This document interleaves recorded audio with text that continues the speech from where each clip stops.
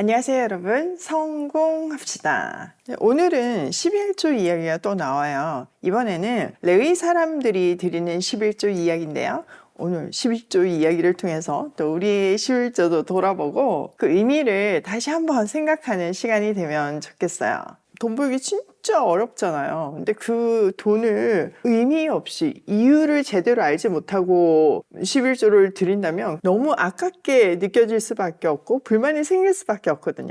오늘 다 해결해 보도록 해요. 자, 21절. 나는 레위 자손에게는 이스라엘 안에서 바치는 열의 하나를 모두 그들이 받을 유산으로 준다. 이것은 그들이 회막일을 거두는 것에 대한 보수이다. 이제부터 이스라엘 자손은 회막에 접근하여서는 안 된다. 그렇게 하다가는 그 죄값을 지고 죽을 것이다. 회막일은 레위 사람들이 한다. 이것을 어긴 죄값은 레위 사람이 진다. 이것은 오고 오는 세대에 언제나 지켜야 할 율례이다. 그들은 이스라엘 자손 사이에서 아무런 유산이 없다. 그 대신에 나는 그들에게 이스라엘 자손이 나에게 들어 올려 바치는 제물 곧 열의 하나를 그들의 유산으로 준다. 그러므로 나는 그들은 이스라엘 자손 사이에서 아무런 유산도 없다고 그들에게 말하였다. 자, 하나님이 제사장 아론과 그의 후손들에게는 이스라엘 백성이 주께 드리는 제물과 레위 사람들이 드리는 11조를 주셨지만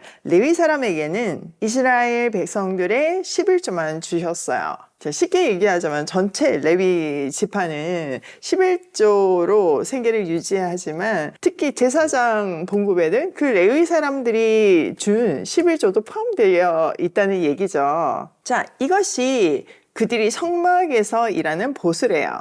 사람은 일단 생계가 유지가 돼야 되잖아요. 먹고 살아야 되잖아요. 그들의 생계를 이렇게 하나님이 시스템화 하셨다는 거죠. 왜냐하면 어저께도 얘기한 것 같이 그들이 이스라엘 전체를 대신해서 성막에 봉사하기 때문이에요. 첫 것을 구별하라고 하셨는데 그 사람의 첫 것의 역할을 이 레위인들이 하는 거죠.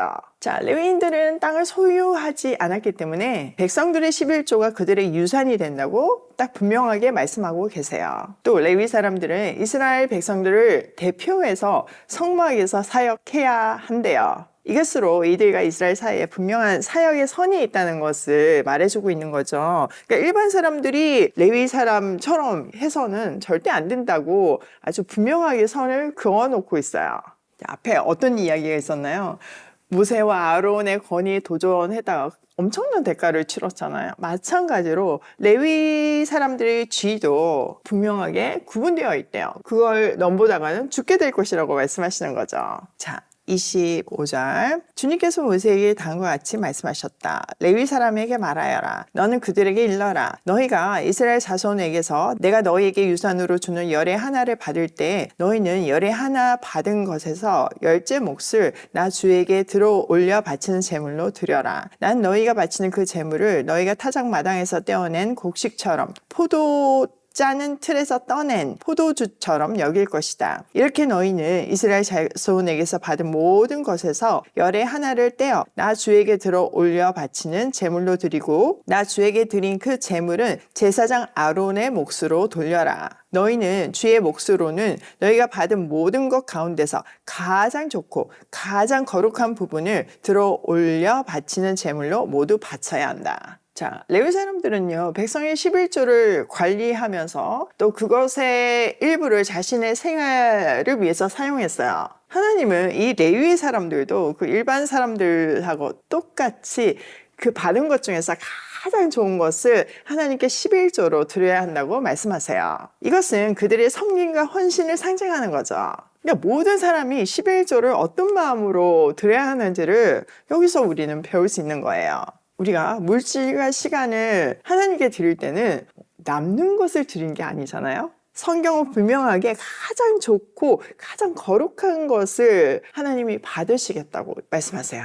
또 이거는요, 단순한 물질적인 어떤 기부가 아니에요. 하나님이 내 삶의 주인이시라는 고백과 동시에 이 모든 공급이 하나님으로부터 왔다는 것을 고백하는 거예요.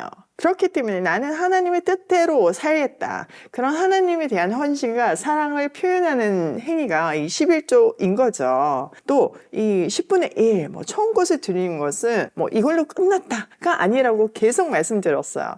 나머지 10분의 9도 하나님께서 기뻐하시는 그 방식대로 하나님의 뜻대로 사용하겠다는 결단이 담겨 있는 거예요. 사실 우리한테 있는 가장 귀하고 가장 값비싸고 가장 소중한 것을 사실 아무한테나 줄 수는 없잖아요. 그거 내놓으라고 그러면 진짜 기분 나쁘죠. 분란이 일어나죠.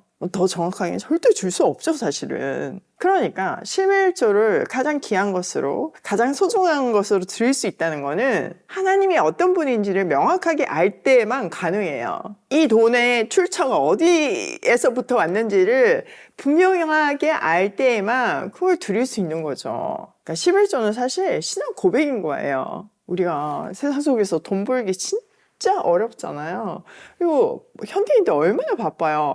그 바쁜 시간에 가장 귀한 시간을 하나님한테 드린다? 이거는 정말 하나님이 어떤 분인지 내가 하나님의 뜻대로 살겠습니다 라는 고백 없이는 절대로 드릴 수 없는 일이죠. 그러니까 여러분도 지금 아침 시간을 하나님께 드리는 거잖아요. 저도 눈 뜨자마자 제일 먼저 하는 게 기도예요. 그리고 가장 먼저 보는 게 물론 알람 끄기 위해서 이게 알람 끄지만 그 외에 가장 먼저 보는 거는 성경 말씀이에요.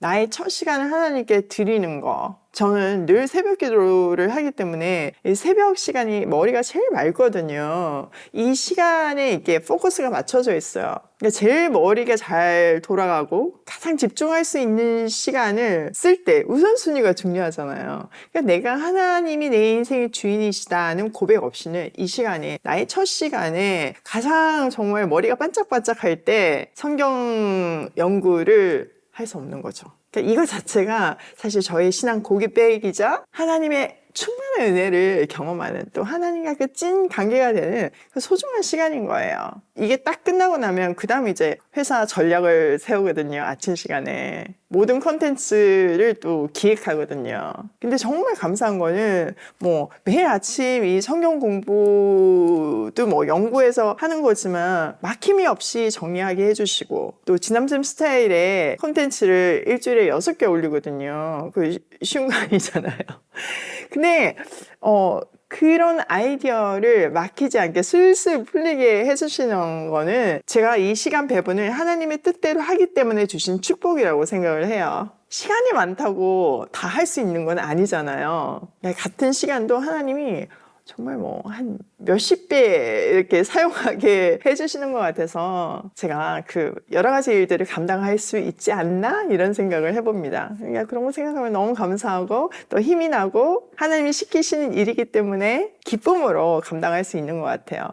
제가 오늘도요 남원을 가요. 지금 이거 녹음하고 이제 남원으로 출발을 해야 되는데 그러니까 이 아침에 이렇게 딱 은혜가 세팅이 되면요 그 나머지 일가가 정말 기쁨으로 에너지 넘치게 수행할 수 있더라고요. 오늘 남원 가는 이유는 제가 한 2달 안에 밝힐 수 있을 것 같아요. 이거 여기도 비밀이 있는데요. 궁금하시죠?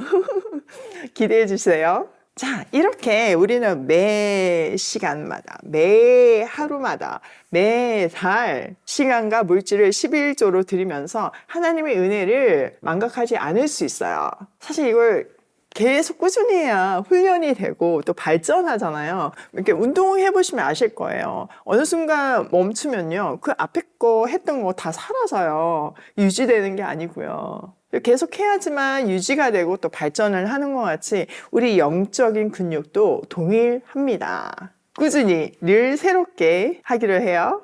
그럴 때 우리가 이 땅에서도 천국을 누리며 살 수 있는 거죠.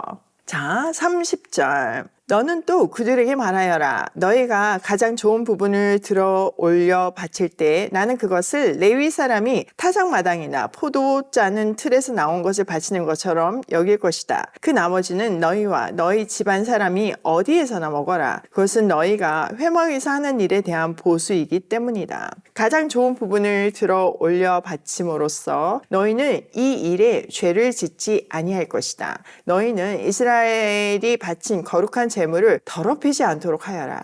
그래야만 너희가 죽지 않는다. 자, 레위인들이 백성들이 주는 그 11조에서 또 자기 분량을 받잖아요. 거기서 가장 좋은 것을 바친 후에는 그 나머지 거는 양식으로 써도 된다고, 어디에서나 먹어도 된다고 말씀하세요. 왜냐면은 이게 그들이 성막을 섬기는 보수이기 때문이죠. 그러나 그들도 동일하게 이 11조를 소홀히 여기거나 또 부정적으로 함으로 해서 부정하게 사용하면 죄를 범하는 것으로 그 결과에 대해서 책임을 져야 한대요. 리더십들이 사실 더 모범이 보여야 한다는 것을 말씀하시는 거죠.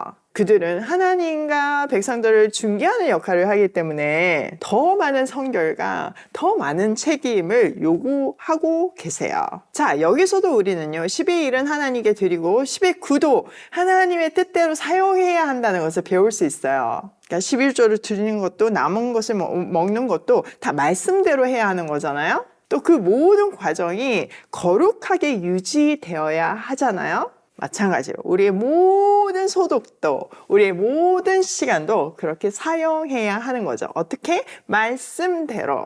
자, 오늘 내용을 우리 삶에 한번 적용을 해보면요. 첫 번째, 가장 좋은 것을 하나님께 드리자. 이게 11조의 원리죠. 근데 어떨 때 그렇게 할 수 있다? 하나님이 내 삶의 주인이심을 정말 가슴 깊이 느낄 때 우리는 기쁨으로 가장 좋은 것을 하나님께 드릴 수 있어요.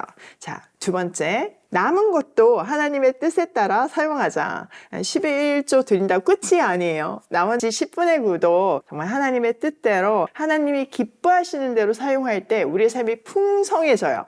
내가 11조를 드렸으니까 나머지가 복을 받는 이런 개념이 아니라 그 모든 소유를 그 주신 분의 뜻대로 사용할 때 가장 보람이 있고 가장 아름답게 사용될 수 있고 그때 우리도 그 통로인 우리도 가장 행복해지는 거죠. 세 번째, 물질 훈련을 통해 우리 삶의 참 주인이 하나님이심을 고백하자. 이거 계속 훈련해야 돼요. 어제의 믿음이 오늘의 나를 보장하지 않아요. 어느 정도 도움은 되겠지만 그게 멈춘 상태에서 오래 가면요 완전히 사라지거든요. 그래서 늘 하나님을 새롭게 만나야 되고요. 새롭게 깨달은 그 복음을 노래하는 새 노래를 불러야 하는 거예요. 오늘도 나에게 주어진 가장 좋은 것을 하나님께 드리며 하나님의 뜻대로 사용하길 소원하며 고고싱해요.